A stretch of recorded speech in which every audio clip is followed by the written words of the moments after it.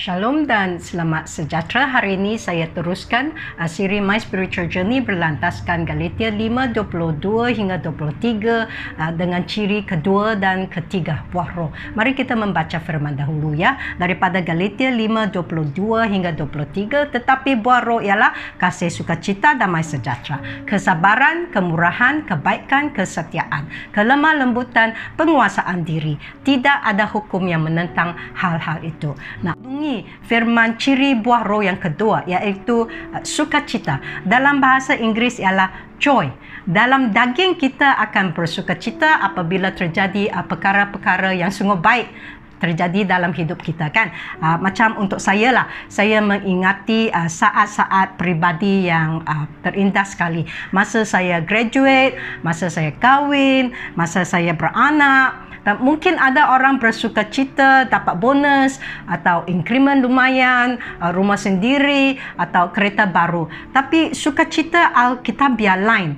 Dua rima yang saya dapati mengenai sukacita ini ialah, nombor satu, sukacita ini tidak bergantung kepada apa yang kelihatan, seperti mana Petrus berihalkan ya dalam 1 Petrus 1:8. Sekalipun kamu belum pernah melihat dia, namun kamu mengasihinya. Kamu percaya kepada dia, sekalipun kamu sekarang tidak melihatnya. Kamu bergembira kerana sukacita yang mulia dan yang tidak terkatakan. Sukacita yang tidak terkata, dalam bahasa Inggeris, unspeakable joy. Walaupun masalah hidup masih ada ya, memang orang percaya tidak dikecualikan daripada kesusahan hidup. Tapi sukacita saya datang daripada Tuhan yang telah bangkit daripada kematian. Apa masalah yang dia tidak dapat bereskan dalam hidup saya kalau kematian pun sudah dikalahkan? Dan pengetahuan inilah yang membuat roh saya boleh bersukacita. Betapa teruk nampaknya keadaan lahirnya. Dan nombor dua, sukacita daripada dan dalam Tuhan memberi kekuatan luar biasa. Nehemia yang memanggil bangsanya dalam Nehemia 8:10 di akhir ya ayat itu, janganlah kamu berduka sebab sukacita daripada Tuhan ialah kekuatan kamu. Ini versi Borneo ya. Versi lain berkata sukacita daripada Tuhan ialah perlindungan kamu. Dikurung dalam penjara ya, mendekati masa dia akan dipancung kepala. Paulus masih boleh berseru dalam Filipi 4:4, bersukacitalah senantiasa dalam Tuhan. Sekali lagi ku katakan, bersukacitalah. Orang yang tidak mengenal Yesus tidak mungkin memahami bagaimana kita boleh bersukacita dalam keadaan seksaan dan penderitaan dan penganiayaan. Perhatikan bagaimana kita patut bersukacita. Paulus tidak bersukacita kerana keadaannya. Dia berkata bersukacita dalam Tuhan. Dan inilah kunci kekuatan orang yang percaya untuk menghadapi dan mengatasi apapun keadaan di dalam dunia manusia.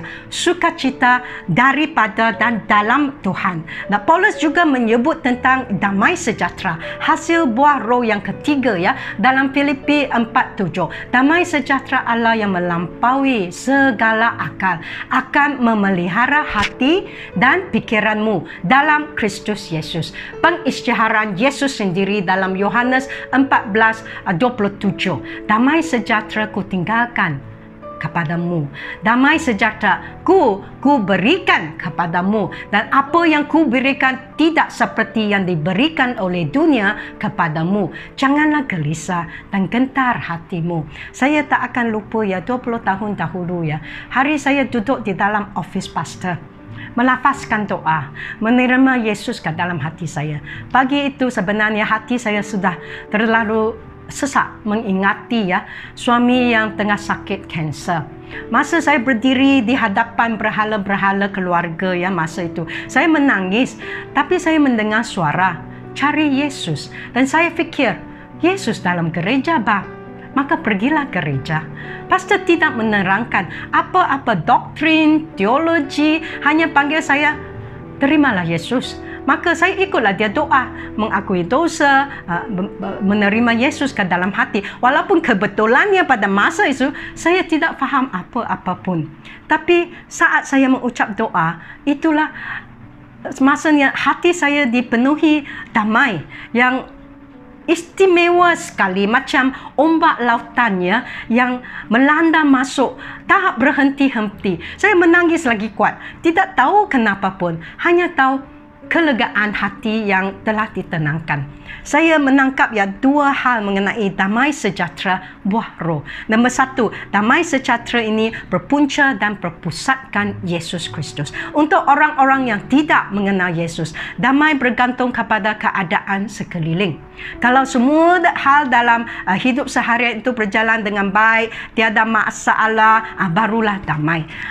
Tapi apabila keadaan bertukar, angin bergelora, badai bergelora, angin kencang, berlakulah krisis ke, peperangan ke, ancaman ke, bahaya ke, dan tekanan jiwa, sama ada dari segi peribadi atau secara umum, tiada damai lagi. Sebagaimanalah sekarang pandemik yang COVID-19 itu telah menanam panik dan ketakutan dalam hati manusia.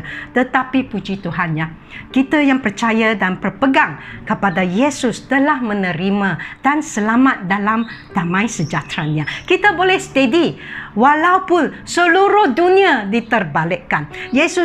Yesaya 9:6 mengatakan, sebab seorang anak telah lahir untuk kita, seorang putera telah diberikan untuk kita. Lambang pemerintahan ada di atas bahunya. Namanya disebutkan Penasihat Ajaib, Allah yang perkasa, Bapa yang kekal, Raja Damai. Dan yang nombor dua, damai sejahtera ini mendamaikan manusia dengan Allah. Dalam 2 Korintus 5:18 hingga 19, semuanya dari Allah yang dengan perantaraan Kristus telah mendamaikan kita dengan dirinya dan yang telah mempercayakan pelayanan pendamaian itu kepada kami. Sebab Allah mendamaikan dunia dengan dirinya oleh Kristus dengan tidak memperhitungkan pelanggaran mereka. Ia telah mempercayakan berita pendamaian itu kepada kami. Yang penting bukan hal lahiriah, tetapi sebenarnya hal rohania. Damai sejahtera buah roh mengerjakan pemulihan perhubungan antara manusia kepada Allah penciptanya melalui kematian Yesus Kristus untuk dosa kita. Kalau saya tidak diperdamaikan dengan Allah, saya berada di bawah murka, penghakiman dan hukumannya. Tapi kematian Yesus telah membebaskan saya, melepaskan saya ke dalam keselamatan damai sejahteranya. Saya melakukannya firman ini dalam hidup saya dengan mengamalkan gaya hidup bersukacita selalu, walaupun apa keadaan di luar dunia. Daripada bersungut-sungut mengenai itu dan ini, saya isytiharkan segala keburukan diterbalikkan untuk kebaikan Tuhan. Saya tidak gentar atau takut, tetapi lega dalam damai sejahtera Tuhan. Dan saya ialah utusan Kristus, agent pendamai untuk memberitakan kabar sukacita Raja Damai yang menyelamatkan. Mari kita berdoa. Terima kasih Bapa, terima kasih Yesus, dan terima kasih Roh Kudus. Sukacita dan damai sejahtera yang dari syurga dikaruniakan kepada kita yang percaya. Biar kita membawa sukacita luar biasa menerangi dunia kita yang dalam gelap gelita. Urapilah mulut kita untuk mengeluarkan kata-kata pendamaian yang membawa harapan hidup, bukan mati, kepada mereka yang begitu perlukan damai sejahtera ilahi. Segala kemuliaan, hormat dan pujian kembali kepada Engkau dalam nama Yesus. Amin. Tuhan memberkati.